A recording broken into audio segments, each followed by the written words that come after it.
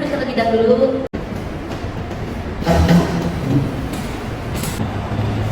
Dari Ibu, apakah ada yang bisa saya bantu Ibu? Jadi Ibu, saya kesini itu mau konsultasi gizi terkait penyakit saya yang saya alami itu asam. Untuk Ibu, sebelumnya Ibu apakah bisa mengenal ini dan Ibu? Saya tidak Ibu ya. Ibu untuk saat ini saya berapa tahun Ibu? Untuk saat ini usia saya 20 tahun. Untuk alatnya Ibu, rumah saya di Jalan Santri Berkebutuhan di lantai 2 ya Ibu. Ibu, sebelumnya Ibu perkenalkan diri, nama saya Dewi, saya selaku ahli gizi di rumah sakit ini yang bertugas di Ibu. Jadi saya mau bertanya Ibu datang ke ahli gizi ini apakah di oleh dokter atau karena inisiatif sendiri? Saya kesini itu karena inisiatif sendiri Bu. Sebelumnya udah dokter sih, cuma kayak biasanya diagnosis penyakit asam urat. Terus sempat sembuh juga, cuma sekarang tuh kambuh Ibu. Oke, baik. Nanti Ibu bisa menceritakan terkait permasalahan asam urat dan Ibu sebelumnya. Saja nanti saat menceritakan insya Allah informasi yang kami dapatkan akan dijaga rahasianya Ibu seperti itu. Sebelumnya saya akan melakukan proses konseling selama kurang lebih itu 15 menit ya Bu waktunya. Apakah Ibu bersedia untuk bertanya terkait permasalahan gizinya? Bersedia Bu? Sebelumnya Ibu untuk mengecekkan asam uratnya itu terakhir kapan dan berapa ya? Kebetulan kemarin sih Bu, saya kan ke apotek ya, jadi sekalian ada pemeriksaan di asam urat. Saya periksa tuh hasilnya itu 8,5 Ibu. Baik, cukup tinggi juga ya Ibu. Sebelumnya saya akan melakukan pengukuran berat badan dan badan. Maka Ibu bersedia? Kalau bersedia boleh saya terlebih dahulu. Baik Ibu, kita akan melakukan berat badan dulu. Baik Ibu, untuk satunya boleh diurus dulu. Sakit Ibu bagus.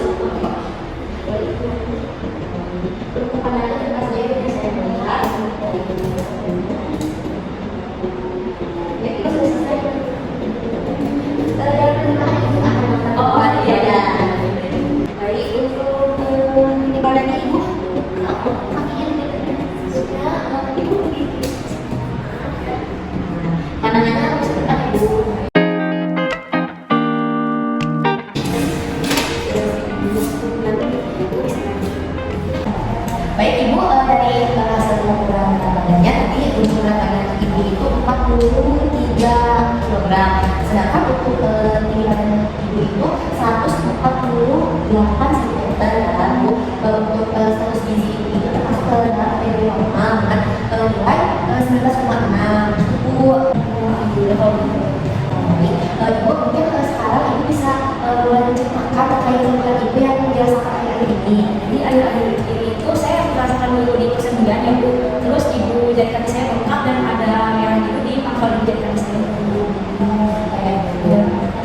Apakah ada keluhan lain selain perasaan di pangkal jari kaki dan tidak ada sebenarnya itu saja. Kalau mau tahu untuk perawatan Ibu akhir-akhir itu seperti apa ya? Maksudnya bagaimana ya Bu? Seperti ini, jadi terkait perawatan itu kebiasaan Ibu makan sehari-hari itu bagaimana pada hari ini dan untuk makan sehari itu berapa kali dan pokoknya itu apa saja Bu? Gitu. Kalau untuk makan itu saya itu 3 kali sehari sih Bu. Untuk lauk itu saya biasanya makan sate usus, udang, sarden, sapu, tahu, tempe, sama sayur bayam jagung Bu. Gitu ya. Kalau untuk cemilannya itu sehari-hari Ibu sering mengkonsumsi apa? Kalau untuk cemilan itu saya sering makan gorengan ya Bu sama mie. Tapi kalau mie itu biasanya saya pakai makan juga sih bukan Mas. Sama gorengan ya. Biasanya dalam sehari Ibu konsumsi mie itu berapa keping? Kalau untuk mie itu biasanya sehari 10 keping kecil Bu. Oh gitu ya Ibu. Lumayan juga ya. Biasanya Ibu tadi kan Ibu sering mengkonsumsi sate usus, udang, sarden. Itu seberapa sering? Oh kalau itu kan setiap hari sih. Oh lumayan juga ya. Dalam satu makan itu biasanya habis berapa tusuk sate usus dan berapa banyak sarden dan udang yang sebelumnya dalam sekali makan? Kalau untuk sate usus itu biasanya 2 tusuk. Itu setiap makan siang saya makan sate usus. Kalau misalkan untuk sarden itu 1 kaleng ikan. Nah kalau misalkan udang saya yang mengkonsumsi 3 bulan saja sih. Baik. Kalau untuk tempe tahunya itu kira-kira seberapa banyak kita dalam sekali konsumsi? Untuk tahu tempe itu kalau tahu biasanya 1 ini 2 kartu. Kalau tempe itu 1 potong setengah. Tapi setiap hari itu saya selalu ada itu makan dulu 1 bulan tahu dan saya potong setengah tempe ya. Kalau untuk konsumsi tadi pakai sayur kangkung sama bayam jagung ya, seberapa sendok kalau untuk kangkung dan sayur bayam itu 2 sendok, tapi enggak barengan itu selang-seling. Jadi misalkan kayak hari ini makannya tumis kangkung, nah besok itu baru makan sayur bayam. Tapi itu hanya seterusnya ya. Ya. Nah, tapi kan ibu menceritakan terkait makanan lokal dan sayurnya. Kalau untuk konsumsi buah-buahannya itu bagaimana ya? Saya itu jarang makan buah-buahan sih. Kalau jenis sayuran lain, Kalau ada kan ibu jarang mengkonsumsi buah-buahan. Biasanya dalam 1 bulan itu ibu mengkonsumsi buah-buahan bisa berapa kali? kalau buah-buahan itu saya konsumsi dalam sebulan cuma 2 kali sih. Kalau biasanya jenis buah apa yang sering dikonsumsi? Buah mangga biasanya.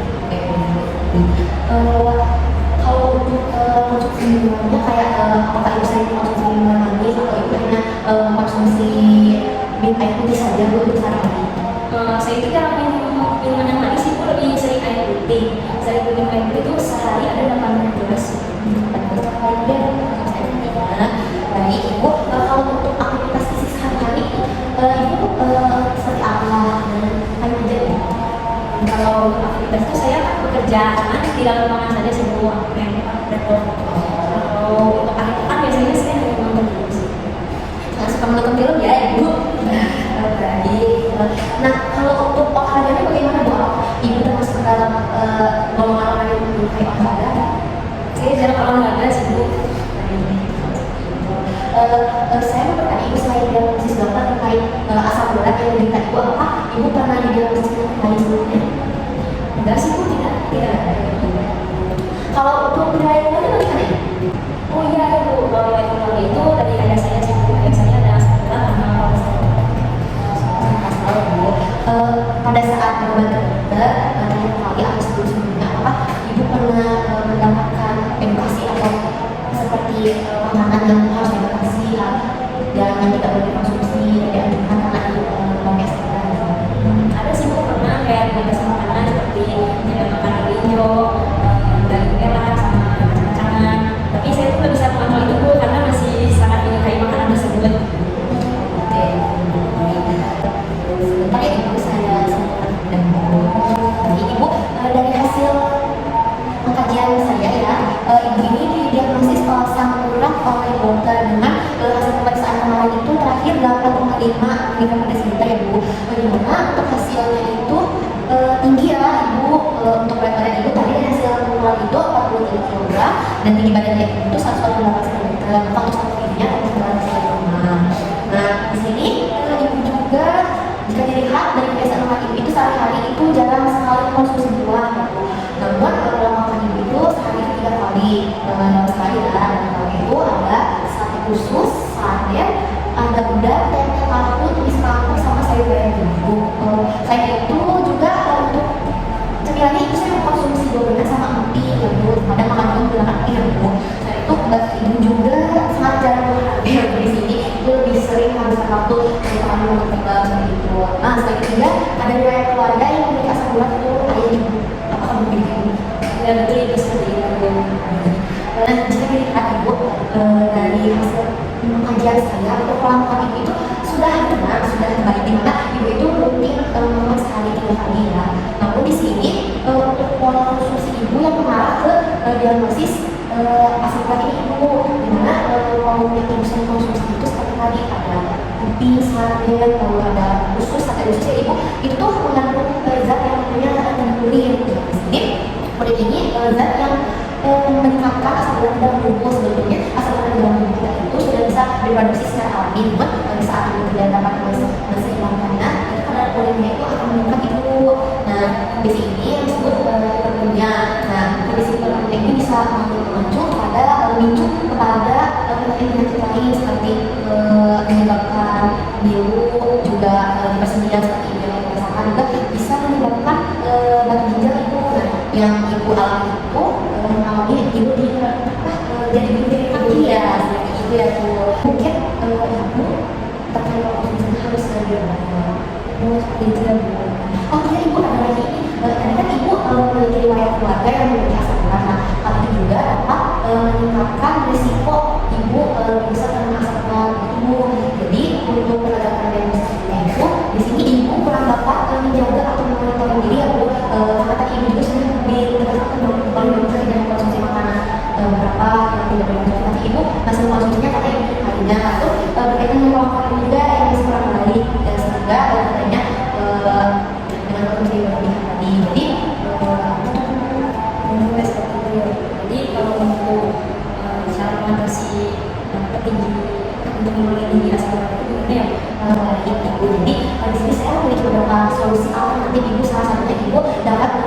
kelola konsumsi makan ibu, anak ibu juga ibu dapat rajin mulai olahraga. Sebenarnya saya mau bertanya apakah ibu bersedia untuk merubah pola hidup dan makan ibu menjadi sehat?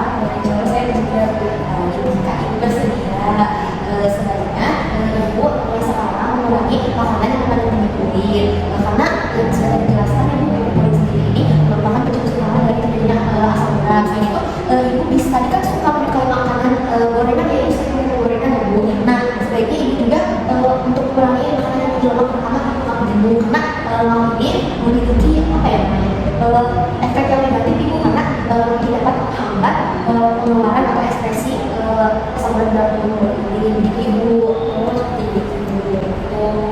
Makanan itu seperti apa ya? baik. Untuk di sini saya memiliki riwayat ibu. Nah di sini tuh ada beberapa bahan makanan yang dianjurkan dibatasi jika diminum. Sebelumnya saya akan menjelaskan. Nah itu riwayatnya diet kulit rendah. Di sini ada diet kulit rendah.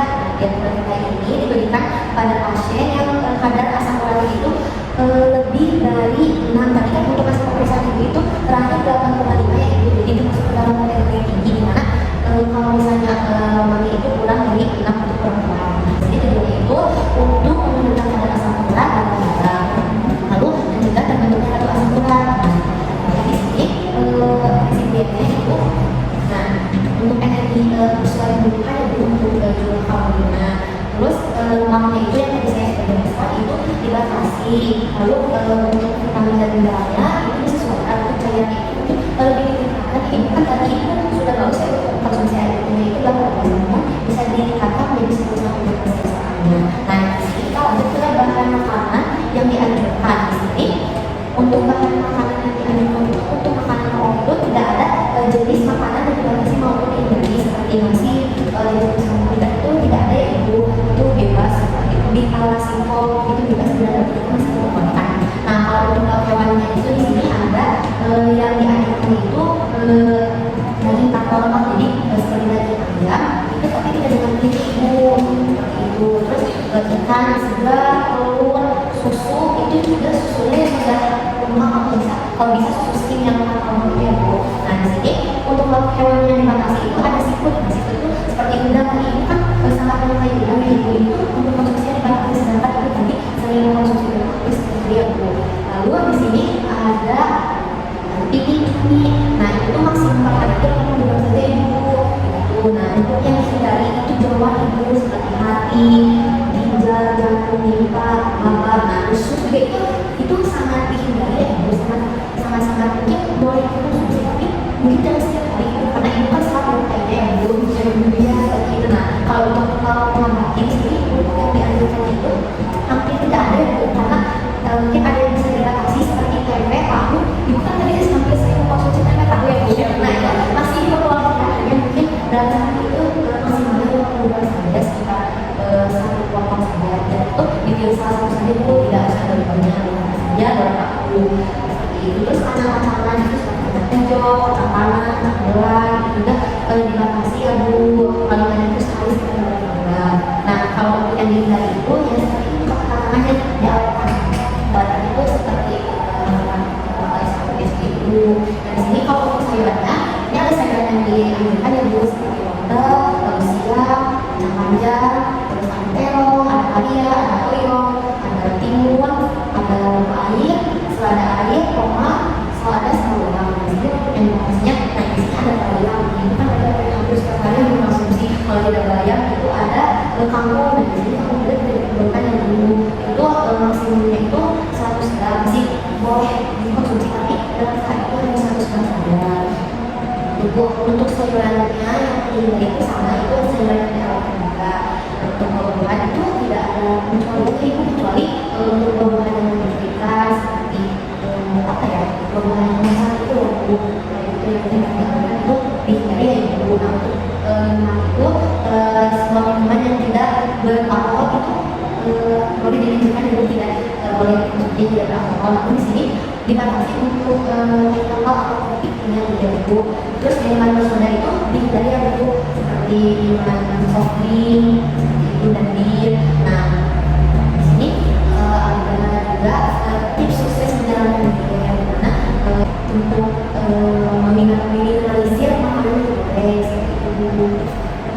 seperti yang biasa.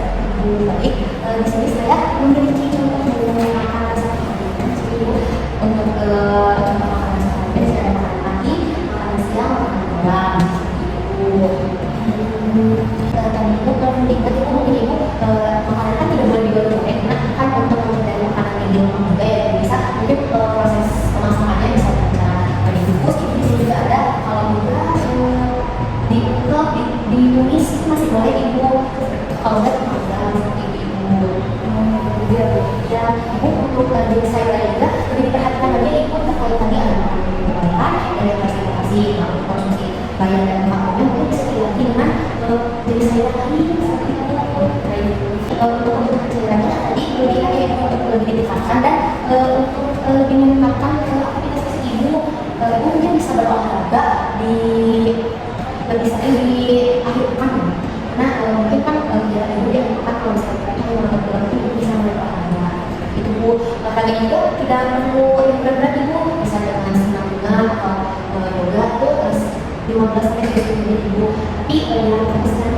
ibu apakah ada yang tidak ada sebenarnya jika dirasa cukup ibu apakah ibu bisa mengulang apa yang sudah saya sampaikan tadi selama proses konseling? Jadi untuk saat itu saya harus menghindari makanan yang tinggi protein seperti hijau, sayur bayam, kangkung juga sama jeroan kayak usus terus udang juga seafood. Terus sama menghindari makanan di rumah. Selain itu saya harus berolahraga selama 10 sampai 15 menit. Nah, selain itu juga saya harus meningkatkan lagi cairan saya yaitu jadi minumnya sebanyak 10 sampai 12 gelas. Dan selain itu kalau panas itu jadi mengurangi yang digoreng sebaiknya dibungkus atau dipanggang seperti itu kan. Ya tentu ibu alhamdulillah sekali ini sudah paham apa yang hasil konsultasi tadi dan apa yang saya tadi. Saya harap ibu bisa menjaga pola makan ibu agar lebih sehat lagi. Juga konsistennya ibu dan biarnya mungkin untuk kunjungan berikutnya ibu bisa datang lagi setelah 2 minggu ya ibu untuk melihat apakah ada perubahan atau ada kendala saat ibu menjalankan diri ibu. Saya ibu semangat ya untuk menjalani dirinya dan dirasa ibu punya makanan seperti itu boleh dikonsumsi tapi mungkin untuk jumlahnya ibu lagi ibu ya di sini ada list ya ibu yang bisa ibu lakukan untuk memudahkan diri di rumah. Maaf ibu bila ada kesalahan seperti yang salah yang saya ucapkan ibu.